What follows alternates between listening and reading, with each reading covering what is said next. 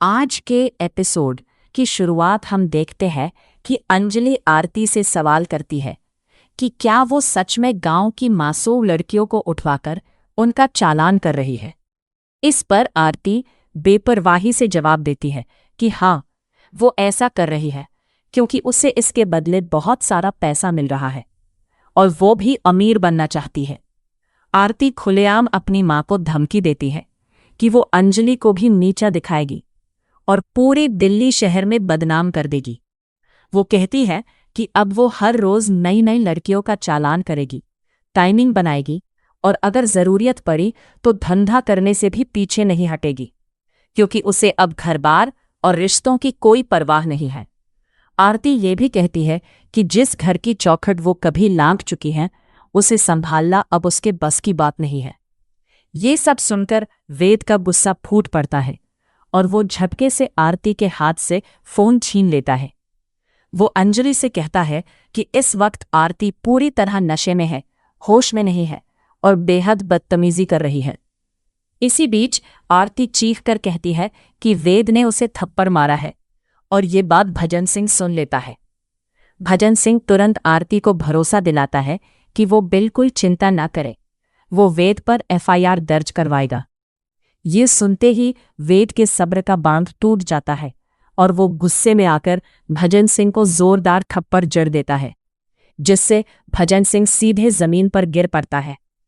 उसे सानिया संभालती है और वेद पर चिल्लाते हुए कहती है कि वो क्या कर रहा है, ये उसका पति है और उसे भूल कर भी उस पर हाथ नहीं उठाना चाहिए। वेद गुस्से में भजन सिंह को घटिया इंसान कहता रहे और आरोप लगाता है कि उसने इस घर को दीमक की तरह खाकर अंदर से खोखला कर दिया है। भजन सिंह भी धमकी भरे अंदाज में कहता है कि वेद ने उस पर हाथ उठाया है और अब वो उसे छोड़ने वाला नहीं है क्योंकि उसके पास एक बड़ा हुक्म का इक्का है। वो कली को आवाज देता है और कहता है कि अब वेद पर केस होगा। तभी कली वहां पहुंच जाती है और आते ही वेद से बेहद अजीब और शर्मनाक बातें करने लगती है। वो कहती है कि वो वेद से बहुत प्यार करती है और उसे समझ नहीं आता कि उसे आरती से क्या चाहिए, जबकि वो खुद भी सुंदर है।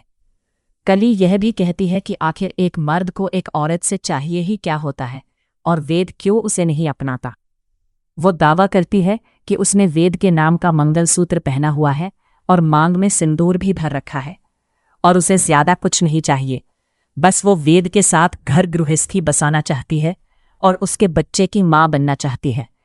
ये कहते हुए कली वहां पहुंच जाती है और आते ही वेद से बेहद अजीब और शर्मनाक बातें करने लगती है। ये दृश्य देखकर आरती ताली बजाने लगती है और व्यंग्य करते हुए कहती है कि यही है वेद का सच्चा प्यार। ये कहते कहते आरती की हालत और बिगड़ जाती है और वो बेसुध होकर लड़खड़ा जाती है। वेद उसे संभालते हुए कहता है कि वो आंखें खोले और उसे गलत ना समझे क्योंकि वो आरती से ही प्यार करता है। इसके बाद कहानी का रुख अंजलि की ओर मुड़ता है, जहां वो बेहद टूटे हुए मन से कहती है कि उसे आसमान में काले बादल दिखाई दे रहे हैं और गिन्नी ने इसकी जिंदगी का सब कुछ बर्बाद कर दिया है। अंजलि खुद से वादा करती है कि वो गिन्नी को किसी भी हाल में नहीं छोड़ेगी और इस पूरे दिल्ली शहर में ऐसा भूकंप लाएगी कि उसके सारे दुश्मन चुन चुनकर कानून के हवाले हो जाएंगे। वो एसीपी साहब से कहती है कि जब भी उन्हें उसकी ज़रूरत पड़े वो उसे ज़रूर करें, बताए। इस पर एसीपी साहब अंजलि को याद दिलाते हैं कि वो पहले अपनी बेटी आरती को संभाले क्योंकि हालात बेहद नाजुक हो चुके हैं। इसी बीच हम देखते हैं कि सादिका चालाकी भरे अंदाज में वेद से कहती है कि वो आरती को ऊपर कमरे में ले जाए। वेद ये सुनकर हैरान रह जाता है और पूछता है कि इतनी रात को वो आरती को कहाँ ले जाएगा। सादिका मीठी बातों में उसे फंसाते हुए कहती है कि वो थोड़ा आराम कर ले और आरती को चेंज भी करवा दे, वो उसके लिए कॉफी लेकर आ रही है। वेद मजबूरी में आरती को ऊपर कमरे में ले जाता है और यही सादिका और गिन्नी की चाल कामयाब होती दिखती है। सादिका गिन्नी से पूछती है कि क्या वो स्पेशल कॉफी बना दे, जिस पर गिन्नी हामी भरते हुए कहती है कि कॉफी इतनी खास होनी चाहिए कि अगली सुबह आरती वेद के साथ उस घर में पैर तक न रखे, ना मांग में सिंदूर हो और ना ही गले में मंगलसूत्र। गिन्नी शातिर अंदाज में कहती है कि अंजलि की बेटी उसके बहुत काम आने वाली है। सानिया घबराकर पूछती है कि वो लोग आरती के साथ क्या करने वाले हैं, तो सादिका उसे चुप करा देती है और भजन सिंह को भी कमरे में ले जाने का इशारा करती है। इसके बाद सादिका कॉफी बनाकर वेद के पास जाती है और चालाकी से आरती की बुराइयां करने लगती है। कहती है कि उसने कितनी पी रखी थी और वो उसे कितनी बार मना कर चुकी है कि शराब मत पिया करो, ये सेहत के लिए अच्छा नहीं है। लेकिन आरती सुनती कहाँ है, शराब पीकर उल्टी सीधी हरकतें करती रहती है और अब तो उसने क्राइम करना भी शुरू कर दिया है। सादिका की दोहरी चालाकी को वेद समझ जाता है और तीखे लहजे में उससे कहता है कि उसकी जुबान सांप जैसी है, कभी कुछ और तो कभी कुछ और, समझ ही नहीं आता कि वो कब क्या बोलेगी है। और सादिका को थैंक यू कहता है, जबकि साजिशें और गहरी होती चली जाती है। सादिका वहां से चली जाती है और कमरे में अकेले बचे वेद धीरे धीरे कॉफी पीने लगते हैं, जबकि दूसरी तरफ गिन्नी, सादिका और कली मिलकर अपनी शातिर प्लानिंग को अंजाम देने में जुट जाते हैं। कली पूरे आत्मविश्वास के साथ कहती है कि अब जैसे ही वेद ये कॉफी पिएगा उसकी हालत आरती से भी बदतर हो जाएगी, उसे खुद पर कोई काबू नहीं रहेगा और तभी असली खेल शुरू होगा। कली ये भी कहती है कि गिन्नी ने उसे वेद पाने का जो वादा किया था वो आज रात पूरा होने वाला है, क्योंकि आज के बाद वेद पूरी तरह कली का होगा और आरती उसकी तरफ मुड़कर भी नहीं देखेगी। इधर वेद को कॉफी पीने के कुछ ही देर बाद चक्कर आने लगते हैं, उसकी आंखें भारी होने लगती है और वो खुद को संभाल नहीं पाता। अंत में वो बेड पर गिर पड़ता है। ये देखकर राधिका, गिन्नी और कली दबे पांव बेडरूम में आती है और गिन्नी ठंडी मुस्कान के साथ कहती है कि सिर्फ 1 मिनट में ही इसका काम तमाम हो गया। इसके बाद गिन्नी और राधिका मिलकर आरती को उठाती है और उसे वहां से ले जाती है, जबकि कली वहीं रुक जाती है और वेद के पास जाकर उससे कहती है कि वो उससे बहुत प्यार करती है, इतना ज्यादा कि उसकी कोई हद नहीं है। रात गुजर जाती है और अगली सुबह सादिका जब हाथ में कॉफी लेकर आती है तो वो अचानक जोर जोर से चिल्लाने लगती है और पूरे घर में हंगामा खड़ा कर देती है। वो आरती और बाकी सभी लोगों को आवाज लगाकर कहती है कि आकर देखो कितना बड़ा सर्वनाश हो गया है।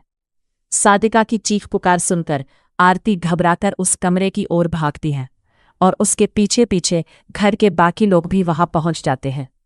कमरे का नजारा देखते ही सबके होश उड़ जाते हैं। वेद के साथ बेड पर कली सोई हुई नजर आती है। ये दृश्य देखते ही आरती के पैरों तले से जमीन खिसक जाती है। वो बदहवास होकर वेद को आवाज लगाने लगती है, लेकिन वेद को कोई होश नहीं होता। इसी बीच कली उठ जाती है और खुद को बेफिक्र दिखाते हुए आरती से उल्टा सवाल करती है कि वो यहाँ क्या कर रही है और बिना दरवाज़ा खटखटाए कमरे में आने की तमीज़ भी नहीं है क्या। आरती गुस्से और दर्द से भरकर कली से पूछती है कि उसका मतलब क्या है और वो उसके पति के साथ यहाँ क्या कर रही थी। वो उससे जवाब मांगती है और फिर वेद को झकझोरकर उठाने की कोशिश करती है। कुछ देर बाद वेद को होश आता है और वो हैरानी से पूछता है कि क्या हुआ आरती, और यहाँ ये सब क्या हो रहा है। आरती गुस्से में उससे कहती है कि क्या हुआ का क्या मतलब है, उसे खुद देखना चाहिए कि यहाँ क्या हालात है। वेद जब देखता है कि उसने अपने कपड़े ठीक से नहीं पहन रखे हैं तो वो और ज्यादा घबरा जाता है और कहता है कि ये सब कैसे हुआ, उसे कुछ भी याद नहीं है। वो आरती से बार बार कहता है कि उसकी बात सुने, लेकिन आरती रोते हुए कहती है कि अब सुनने के लिए कुछ भी नहीं बचा, सब कुछ बर्बाद हो चुका है। गुस्से और टूटे हुए भरोसे में आरती वेद पर हाथ उठाती है, लेकिन वेद उसका हाथ पकड़कर रोक लेता है और पूछता है कि वो ऐसा क्यों कर रही है। आरती तड़पते हुए कहती है कि उसे ये पूछने का हक है कि कली उसके साथ यहाँ क्या कर रही थी और वो पूरी रात इसके साथ सोया था।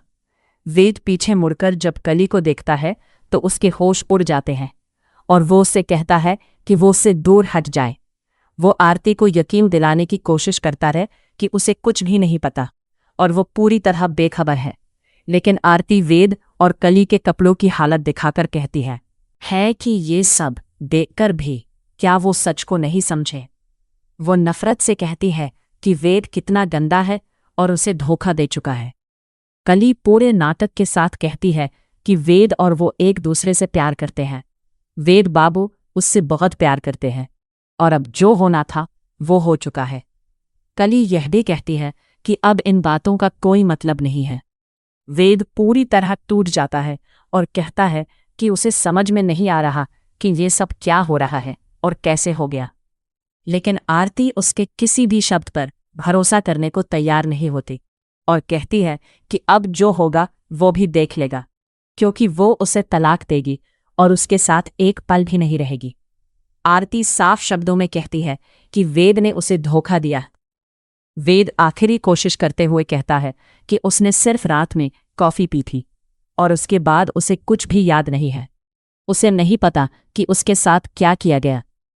दूसरी तरफ सादिका और गिन्नी ये सब देखकर अंदर ही अंदर बेहद खुश होती है और मन ही मन सोचती है कि उनकी चाल पूरी तरह कामयाब हो चुकी है और उन्होंने आरती और वेद के रिश्ते को तोड़ने में सफलता हासिल कर ली है। इसी भारी और दर्दनाक मोड़ पर यह एपिसोड खत्म हो जाता है, जहां आगे आने वाले एपिसोड में और भी बड़े खुलासे और टकराव देखने को मिलने वाले हैं, जो कहानी को और ज्यादा धमाकेदार बनाने वाले हैं। आज का एपिसोड आपको कैसा लगा, हमें कमेंट में जरूर बताएं और ऐसे ही अपडेट्स के लिए हमारे चैनल इन्फो ड्रामा हब को सब्सक्राइब करना न भूलें।